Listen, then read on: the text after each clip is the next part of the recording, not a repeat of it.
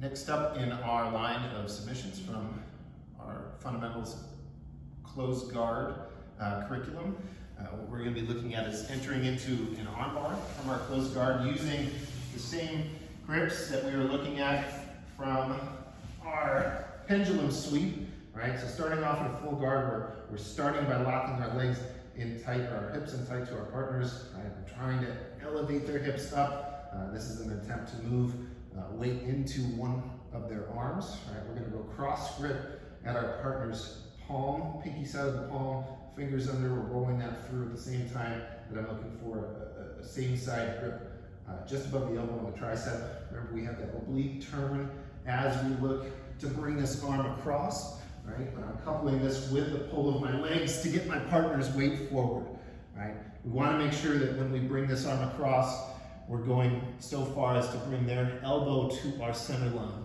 right?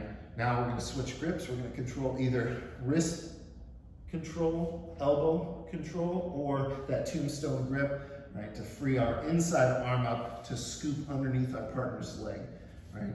Now, what I'm attempting to do here is turn my spine perpendicular to my partner's. I can't do this with a flat back, so we have to make sure that our stomachs stay nice and tight. My hips and shoulders are both up off of the floor, right? I'm gonna cheat my hips out by scissoring my legs, and then I'm going to elevate the hips into my partner's shoulder of the arm that I have across my chest, right?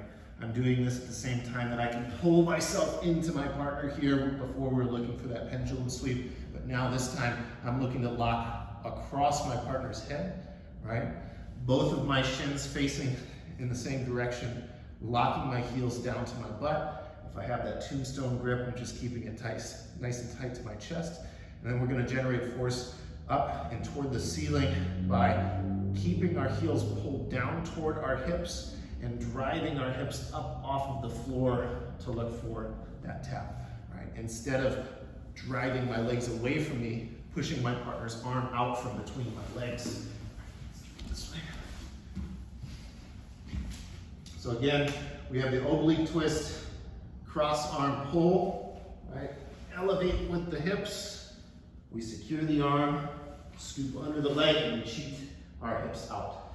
Now we want to make sure that when we find this angle or attempt to move into this angle, that both of my legs are moving. My left leg is moving out in front of my partner's head. My right leg is moving up into this near side armpit, right?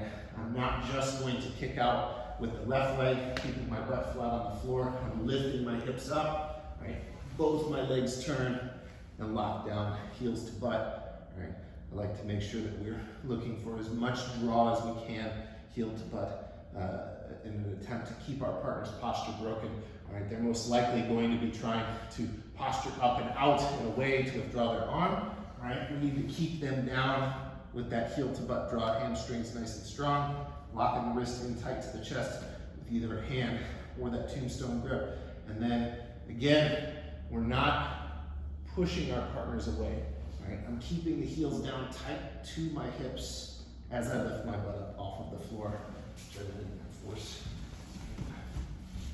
Now, there's going to be a lot of cases where people are going to defend this correctly, where we need to move into a sweep from this bottom position in order to move ourselves up into a more advantageous finishing position, right? Staying with the arm bar. If I pull forward, right, I get the scoop grip, I cheat my hips out, I move into control my partner's head. They're looking to drive with their backside leg stepping out, force down into my head, right? What we're gonna look to do is collapse their head, turn it down toward the floor by, again, heels to butt, rotating heels toward the head, right? Keeping our scoop grip and just falling off to the side until we can feel their weight drift up on top of us. Now my right leg kicks, and I can come up with my partner to move in toward top side armbar finish. Same thing, heels to butt, wrist nice and tight.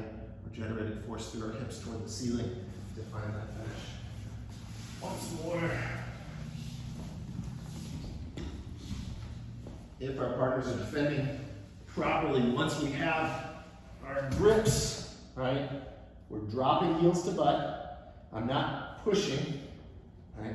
I'm rotating my hips out in the direction I want to take my partner by turning my heels in that same direction.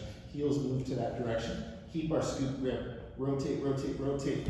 Kick up once we feel that our partner's weight is on top of our inside leg, and then I can fall back toward my finish. We'll look at armbar ranks from a top position in another video. But for this one, the person extends their arm, is unable to lock up completely.